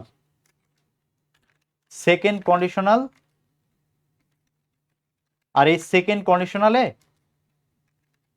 যেহেতু সাবজেক্টের পরে পাস্ট ইনডিফিনিট থাকে, এই জন্য এটাকে পাস্ট কন্ডিশনালও বলা হয়। একই কথা ভাই, আপনি যেইটা দিয়ে ডাকতে পছন্দ করেন ডাকবেন, পরীক্ষাতে তো আর এটা নাম আসে না, শূন্যস্থান আসে, এমসিকিউ আসে। হ্যাঁ, তো স্ট্রাকচারে আমি কিন্তু এই যে দেখেন সেম এই গঠনটাই কিন্তু আমি আপনাদেরকে শিখিয়েছি।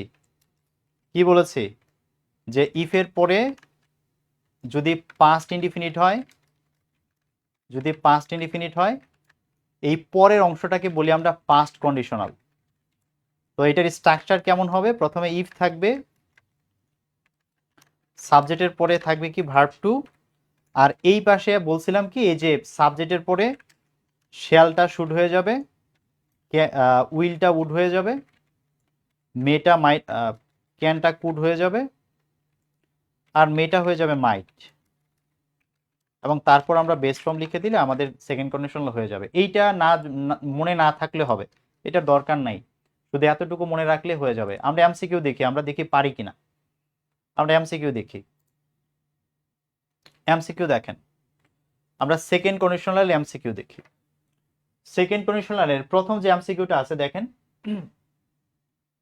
ইফ হি ওয়ান্টেড আছে, দেখেন ওয়ান্টেড তার মানে ভার্ব টু আছে। ভাই যখনই দেখলাম আমি ভার্ব টু আছে, আমার মাথায় এখন একটাই জিনিস কাজ করে, যে এই পাশে মোডালটা পাস্ট হইতে হবে। মোডালটা কি হইতে হবে? পাস্ট। তাহলে মোডাল ভাই ক্যান আছে, হবে না। উইল আছে ভাই, হবে না। হেল্প তো হবে না, আমার একটা মোডাল লাগবে। মোডাল আছে কি? উড। তাহলে আনসার কি হবে? বি হবে। দেখেন কত সহজ, আপনি যখন জানবেন স্ট্রাকচার লাগে না ভাই, এমনি এগুলো পারা যায়। If I dash a millionaire, হ্যাঁ, তো আয়ের পরে বি লেখা যায় না, আয়ের পরে এম লেখা যায়, আয়ের পরে ওয়াজ লেখা যায়, ওয়ার লেখা যায়, কিন্তু আয়ের পরে বি লেখা যায় না, সো এটা বাদ। আর আই ওয়াজ, এখানে ওয়াজ আছে, আপনি যদি লেখেন if I was A millionaire, ওয়াজ যদি আপনি লেখেন বোঝাবে যে আপনি আসলে মিলিয়নিয়ার ছিলেন, কিন্তু আমরা তো মিলিয়নিয়ার ছিলাম না, এখানে কল্পনা করতেছি যে ইফ এর পরে আনরিয়েল পাস্ট টেন্স হয়, গতদিন পড়াইছিলাম, এটা হচ্ছে সেইটা। সো এখানে যেহেতু যদি আমি মিলিয়নিয়ার হতাম বোঝাচ্ছে, সেই হতাম বোঝাতে এখানে আনরিয়েল পাস্ট টেন্সে ওয়াজ লেখা যাবে না, আমাকে লিখতে হবে ওয়ার। সো আমার আনসার ওয়ার হইতে পারে। আর এখানে যদি ওয়ার লিখি তার মানে ভাই এটা ভার্ব টু, তাহলে এই পাশে মোরালের ভার্ব টু হবে উড। তো আমার আনসার হচ্ছে কি সি। অন্ত হওয়ার কোনো সুযোগই নেই, মেয়ে হওয়ার সুযোগ নেই। সো আনসার হচ্ছে if I were a millionaire I would help every worth cause. পরেরটাতে বলতেছে দেখেন যে if your sister she would come, আপনি দেখেন এই পাশে উড প্লাস বেস ফর্ম দিয়েছে ভাই, এই পাশে উড থাকার মানে হইতেছে এই পাশে ভার্ব টু হবে, এই পাশে ভার্ব টু হবে। তো ভার্ব টু কোথায় আছে? ইনভাইটেড আছে, এখানে ভার্ব টু নাই, এখানে ভার্ব টু নাই, এখানে ভার্ব টু আছে কিন্তু ওয়াজ ইনভাইটেড, ওয়াজ ইনভাইটেড আর এখানে আছে ইনভাইটেড, তাহলে কি দাঁড়াচ্ছে? If your sister dash invited she would come. ওকে, তাহলে আনসার ডি হবে। কেন হবে? কারণ মিনিংটা দেখেন, আমি আপনাদের বলছিলাম ওয়াজের পরে ভার্ব থ্রি থাকলে এইটার উপর টেন্স নির্ভর করে না, তাহলে এটা একটা কি ভার্ব টু। তাহলে if your sister was invited বলা হচ্ছে যদি তোমার বোনকে দাওয়াত দেয়া হইতো। আমি যদি এটা লিখি যে আই ইনভাইটেড, এটার অর্থ কি বলেন? এটার অর্থ হচ্ছে আমি আমি আমন্ত্রণ জানিয়েছিলাম, মানে আমি জানিয়েছিলাম। আর যদি বলা হয় যে আই ওয়াজ ইনভাইটেড, যদি আমি এইভাবে ভার্ব থ্রি দিই তখন এটা প্যাসিভ হয়, এটা অর্থ হচ্ছে আমাকে দাওয়াত দেয়া হয়েছিল, তার মানে আমাকে অন্য একজন দাওয়াত দিয়েছিল, আমি দেই নাই। আই ইনভাইটেড মানে আমি দাওয়াত দিয়েছি, আই ইনভাইটেড হিম, আমি তাকে দাওয়াত দিয়েছিলাম, নিমন্ত্রণ করেছিলাম, আমন্ত্রণ জানিয়েছিলাম। কিন্তু আই ওয়াজ ইনভাইটেড মানে আমাকে দাওয়াত দেওয়া হয়েছিল বাই হিম, তার দ্বারা, সে দিয়েছিল, আমি দেই নাই। সো ভার্ব টু থাকা মানে সাবজেক্ট নিজেই কাজটা করে, আর ওয়াজের পরে ভার্ব থ্রি থাকা মানে সাবজেক্টটা নিজেই কাজটা করতেছে না, অন্য কেউ কাজটা করতেছে, দাওয়াত দেওয়ার কাজটা অন্য কেউ করতেছে। তো বাক্যটাতে বলতেছে if your sister was invited, যদি তোমার বোনকে দাওয়াত দেওয়া হতো, শি উড কাম, সে আসতো, কিন্তু দাওয়াত দেও নাই, সে আসে নাই। তাহলে এখানে সাবজেক্ট কাজ করতেছে না। সাবজেক্ট যদি বোন নিজেই যদি দাওয়াত দিত তাহলে ইনভাইটেড লিখতে পারতাম, কিন্তু বোন তো দাওয়াত দেয় নাই, এই কারণে আমাদের এখানে ওয়াজ ইনভাইটেড আনসার করতে হচ্ছে। এই যে বিষয়টা, এটা যখন আমি আপনাদেরকে আবার ভয়েস চেঞ্জ করাবো তখন আরো ক্লিয়ার হবেন, আপনারা আরো বুঝতে পারবেন।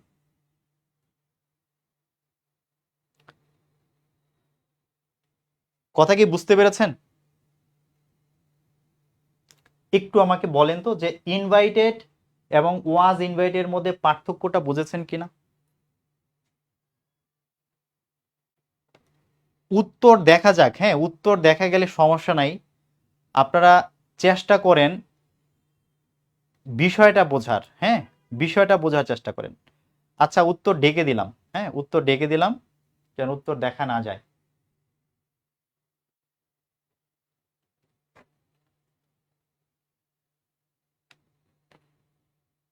এখন অনেকে বলছে ইনভাইটেড হবে, ভাইয়া ইনভাইটেড কেন হবে? ইফ ইউর সিস্টার ইনভাইটেড, যদি তোমার বোন দাওয়াত দিত, নাকি যদি তোমার বোনকে দাওয়াত দেয়া হতো। ইউর সিস্টার ইনভাইটেড মানে তোমার বোন দাওয়াত দিয়েছে, কিন্তু বোন তো দাওয়াত দেয় নাই।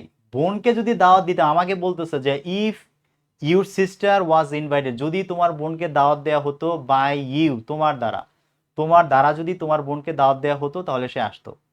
বোন দাওয়াত দেয় নাই ভাই, বোনকে দাওয়াত দেওয়ার কথা ছিল, দেই নাই। ঠিক আছে, আমি মেজর কোনো কোয়েশ্চেন দেখছি না, তার মানে বুঝতে পেরেছি।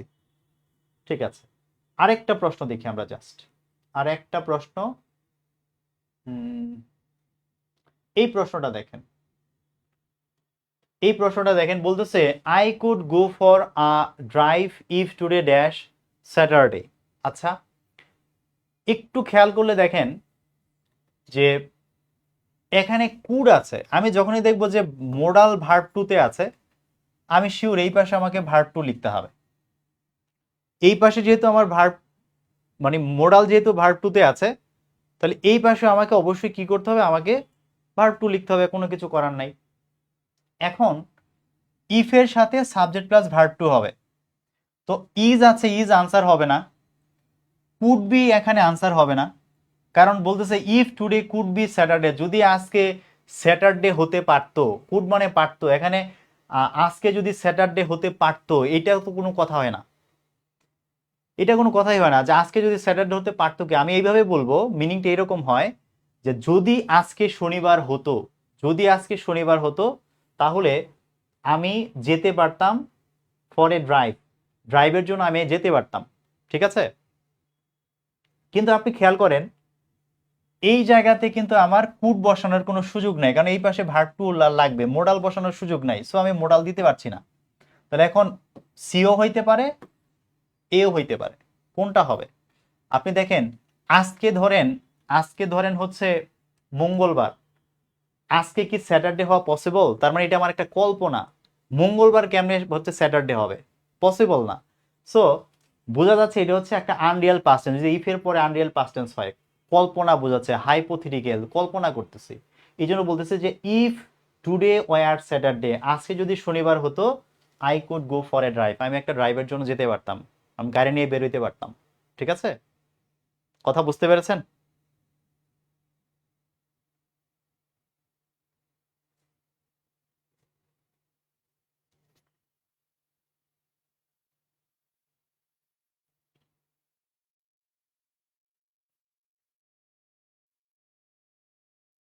ওকে, আমি আশা করব কোনো অসুবিধা নাই। চলেন আমরা এবার চলে যাই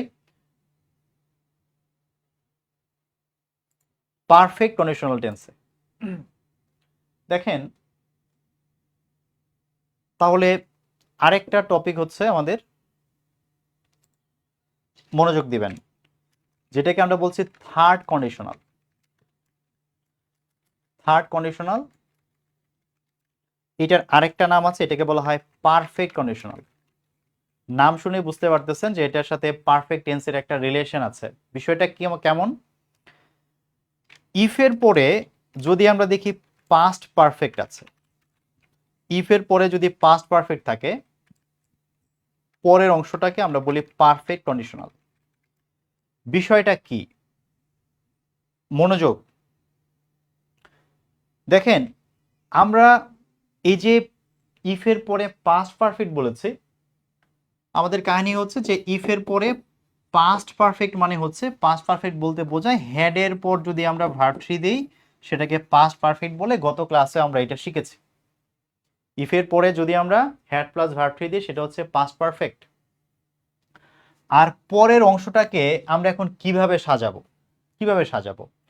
আপনি দেখেন আমরা আগে পড়েছিলাম যে আমাদের পরের অংশটা এমন হয় যে প্রথমে সাবজেক্ট থাকে, তারপর হচ্ছে আমার শ্যাল থাকে, উইল থাকে, ক্যান থাকে, মে থাকে, তারপর হচ্ছে বেস ফর্ম থাকে। আমরা এইটা শিখেছিলাম প্রেজেন্ট কন্ডিশনালে। এখন আপনি দেখেন এই পাশে আগে থাকতো সাবজেক্ট প্লাস ভার্ব ওয়ান, ই plus subject plus verb one থাকতো, কিন্তু এখন এই ভার্ব ওয়ানটাকে কি করা হয়েছে? ভার্ব ওয়ানটাকে করা হয়েছে had plus verb three. Verb ওয়ানটাকে করা হয়েছে হ্যাড প্লাস ভার্ব থ্রি। তার মানে আমার এই ভার্ব ওয়ানের সাথে হ্যাড যুক্ত করা হয়েছে, আর হেডের পরে ভার্ব ওয়ানটাকে ভার্ব থ্রি করে দেওয়া হয়েছে। যেহেতু হেডের পরে ভার্ব থ্রি করে দেওয়া হয়েছে, তাহলে এই অংশের মধ্যে আমাকে কি করতে হবে? আমাকে একটা হ্যাড নিয়ে আসতে হবে।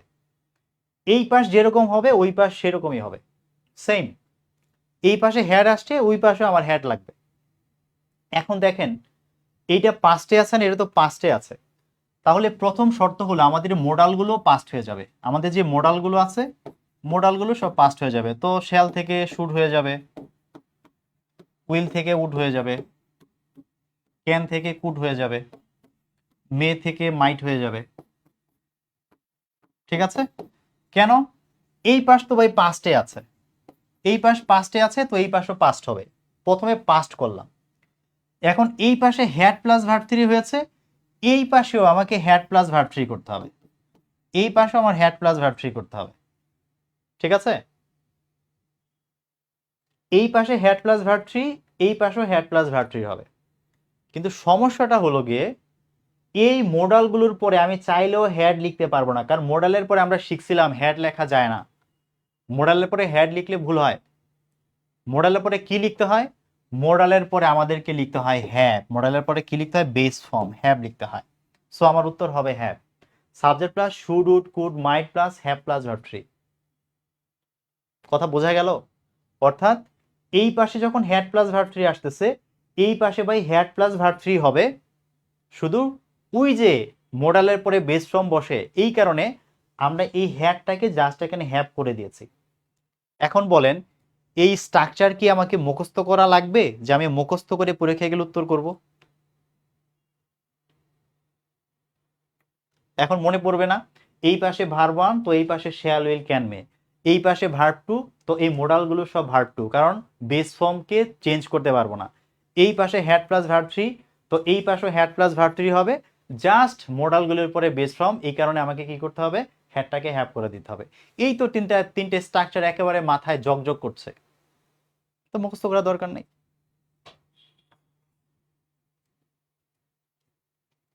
আমরা প্রশ্ন দেখি।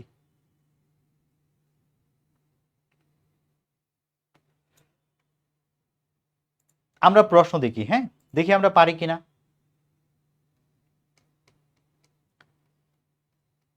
থার্ড কন্ডিশনাল থেকে কিন্তু বেশি প্রশ্ন দেয়, কারণ এটি একটু কঠিন, তো একটু কঠিন। দেখেন, আমরা যদি প্রথম প্রশ্নটা দেখি, দেখেন কুড হ্যাভ ভার্ব 3 আছে। আমরা পড়ছিলাম ইফ এর পরে যদি subject plus had plus verb 3 হয়, তাহলে অন্য পাশে modal plus have plus verb 3 হবে। মোডাল হ্যাভ তারপর ভার্ব 3।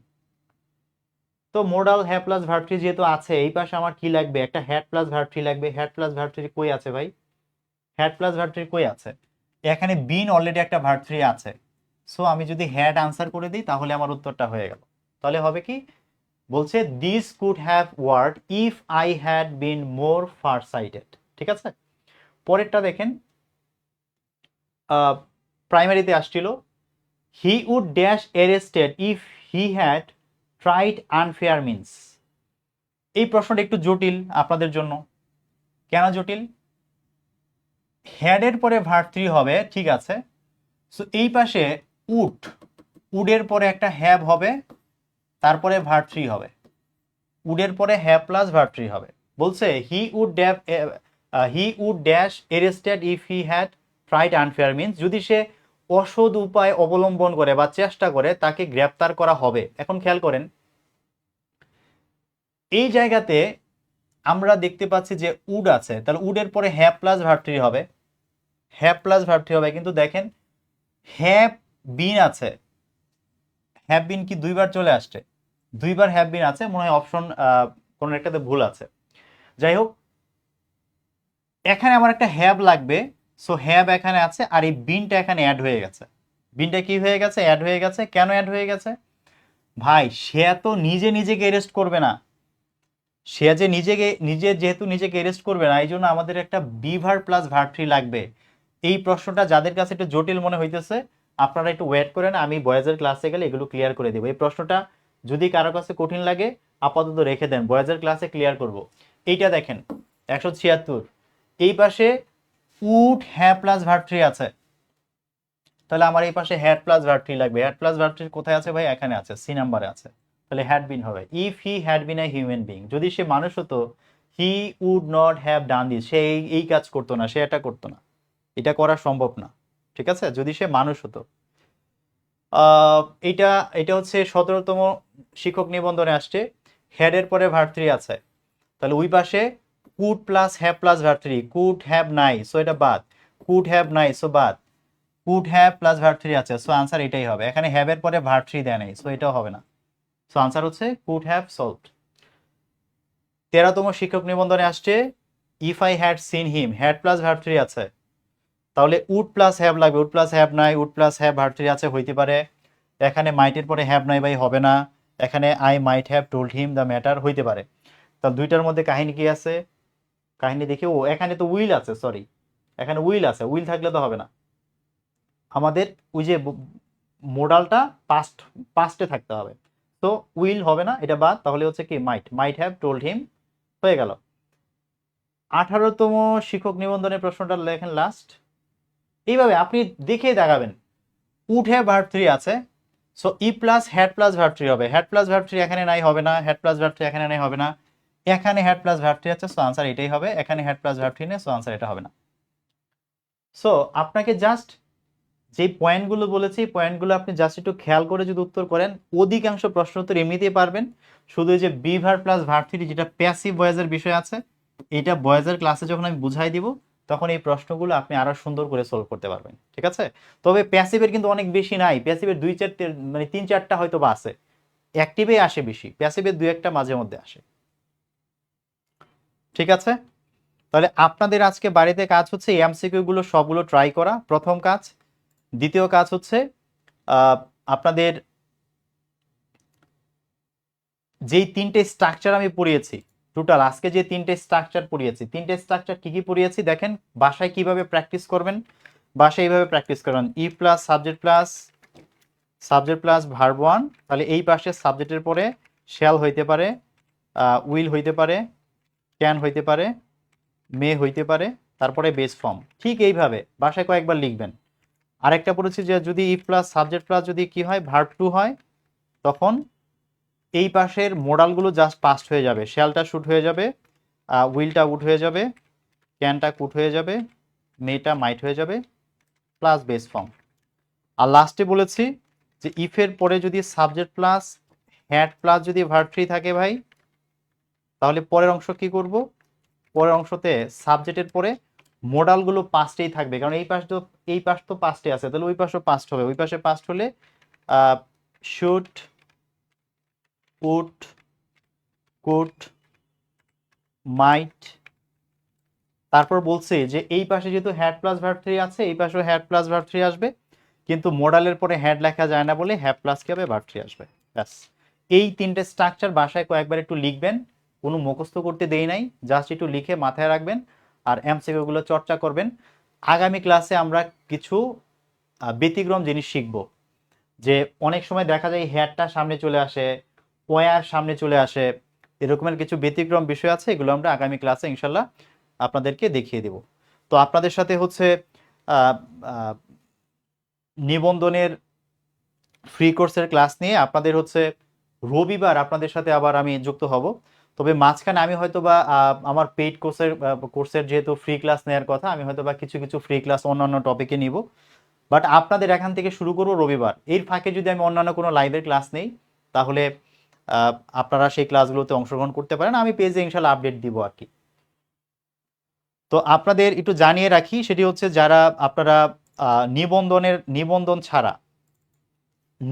ছাড়া যদি এমন হয় যে আপনারা হচ্ছে প্রাইমারির পরীক্ষা দিবেন, বা যদি এমন হয় যে আপনি বিসিএস দিবেন বা ব্যাংকের পরীক্ষা দিবেন, তাহলে আপনারা যেটি করতে পারেন, আমার যে মেইন যে কোর্সটা আছে, আমার এই কোর্সের নতুন ব্যাচের ক্লাস আমরা শুরু করতেছি শীঘ্রই। আপনারা চাইলে আমার এই নতুন কোর্সে আপনারা ভর্তি হইতে পারেন, কারণ যখন আপনি খুব ডিটেল জানতে চাইবেন তখন আসলে সময় নিয়ে পড়তে হয়, আর আমি সবসময় চেষ্টা করি স্টুডেন্টদেরকে রুল মুখস্থ না করিয়ে শেখাতে। আমি রুল মুখস্থ করাই না, চেষ্টা করি এগুলোর বাইরে নিয়ে আসার জন্য, ঠিক আছে? এই জন্য আমার ক্লাসের সংখ্যা বেশি, এবং আমার ক্লাস মানে কোর্স হচ্ছে প্র্যাকটিস বেসড। আপনি দেখছেন যে আমি যা পড়াই আমি সব এমসিকিউ রেডি করে দিই, স্টুডেন্টদেরকে অনেক প্র্যাকটিস করাই, কারণ এই শুধুমাত্র আপনার হচ্ছে এই কন্ডিশনাল সেন্টেন্সের উপরে 150-200 সেন্টেন্স আমার স্টুডেন্টরা প্র্যাকটিস করে, সো তাদের এগুলো মাথায় একেবারে গেঁথে যায়, এগুলো আলাদা করে পড়তে হয় না, ঠিক আছে?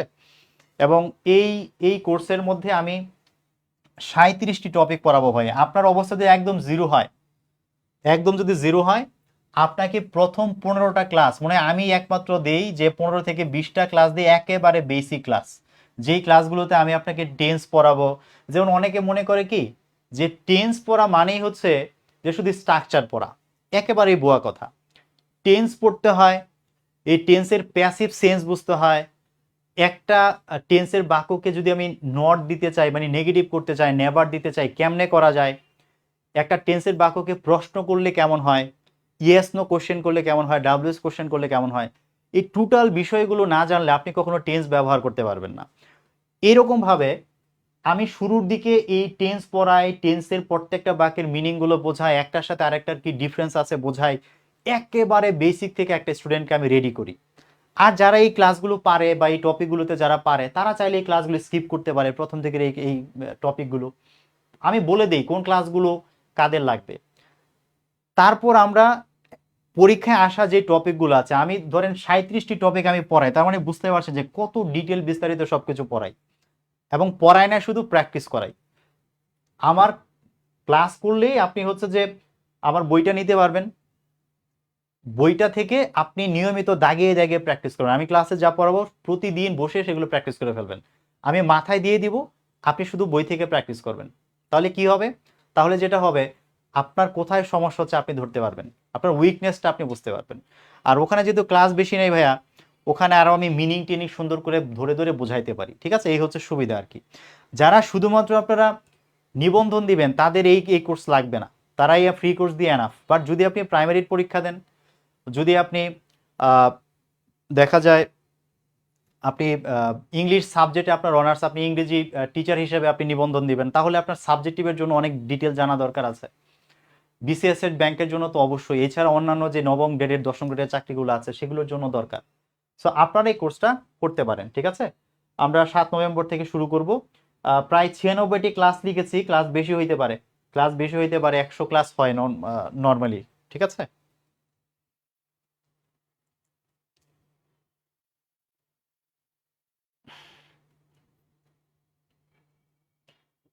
রাকিব ভাই অ্যাজেটিভ হবে, হ্যাঁ ট্রেনকে মডিফাই করছে তো অ্যাজেটিভ হবে।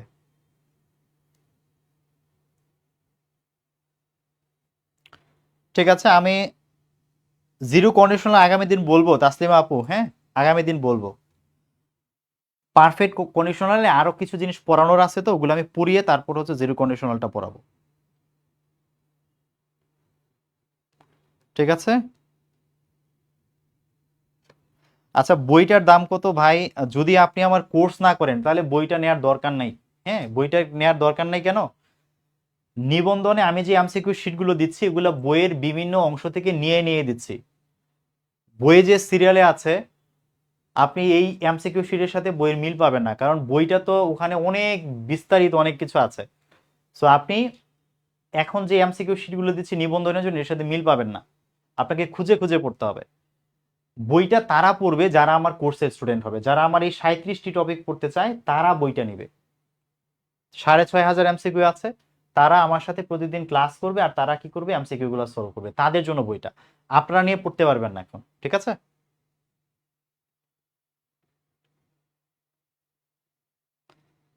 আমি চাইলে আপনাদের দিতে পারি যে বইটা নেন, কিন্তু ভাই আপনার তো কাজে লাগবে না, আমি কেন দিব বলেন? আপনি বই শেষ করতে পারবেন না, একা একা পড়ে শেষ করতে পারবেন না। ওকে, আমি মনে হয় আর কোনো প্রশ্ন পাচ্ছি না। বই কিভাবে পাবো? এরপরও যদি কেউ আমার বই নিতে চান, আমি বলে দিচ্ছি বইয়ে কিন্তু কোনো রুল নাই, সব কিন্তু এমসিকিউ প্র্যাকটিসের জন্য। এরপরও যদি আপনি নিতে চান আমাকে ইনবক্সে নক করেন, আমি বলে দিব কিভাবে নেওয়া যাবে। ঠিক আছে, ওকে, আজকে তাহলে আর কথা না বাড়াই, রাতে আমার আবার রিটেন কোর্সের ক্লাস আছে। আপনারা ভালো থাকবেন, রবিবার ইনশাল্লাহ আপনাদের সাথে কথা হচ্ছে, এর মধ্যেও আশা করি দু একবার দেখা হবে। জি সম্রাট আলী ভাই, লিখবো লিখবো ভাই, একটু একটু মানে ব্যস্ততায় আছি, রিটেন ব্যাচ নিয়ে এই জিনিসগুলো গোছাচ্ছি। একটু ফ্রি হই লিখবো, ভালো মানের একটা বই লেখার ইচ্ছে আছে ইনশাল্লাহ।